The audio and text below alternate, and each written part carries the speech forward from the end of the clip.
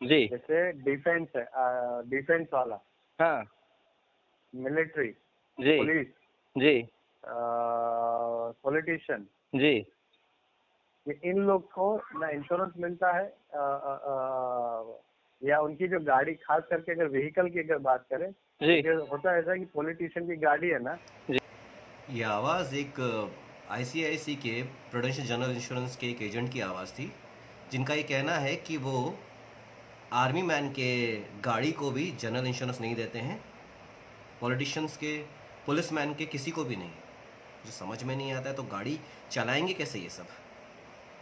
मतलब as per the traffic rules ये सब तो इंश्योरेंस लेना कंपलसरी है, तो ये कैसे चलाते हैं?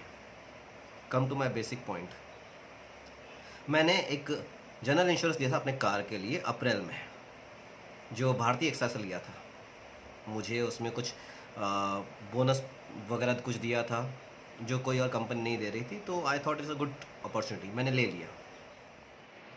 कुछ टाइम बाद मेरे गाड़ी का एक छोटा सा एक्सीडेंट हो गया।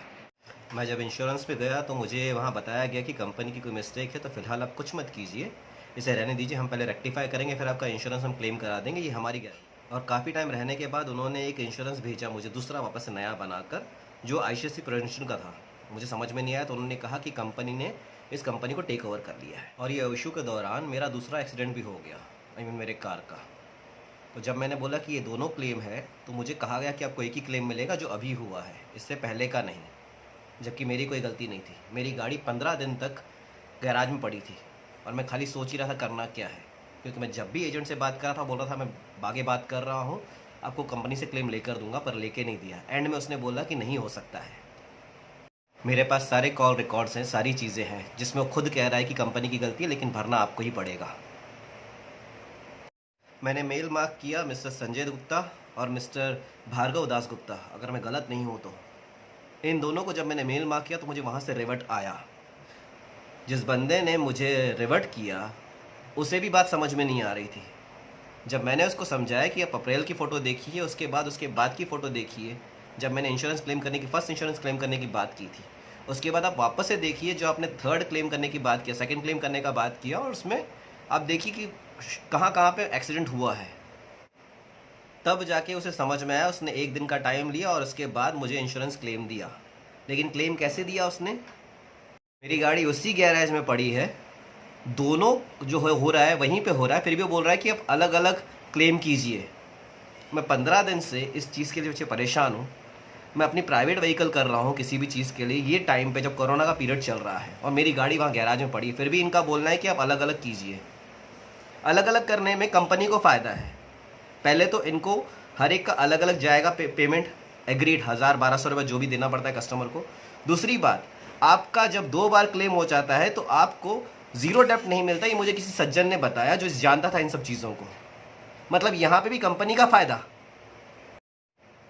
इतना मतलब चीटिंग किया जा रहा है मेरे साथ। इससे अच्छी तो मेरी बजाज कंपनी थी जिससे मैं पहले इंश्योरेंस लेता था, मेरे किसी क्लेम में इशू नहीं आया। हाँ, यहाँ तक कि मुझे ये भी बोला गया है कि इंश्योरेंस क्लेम करने में कभी कभी महीनों भी लग जाते हैं।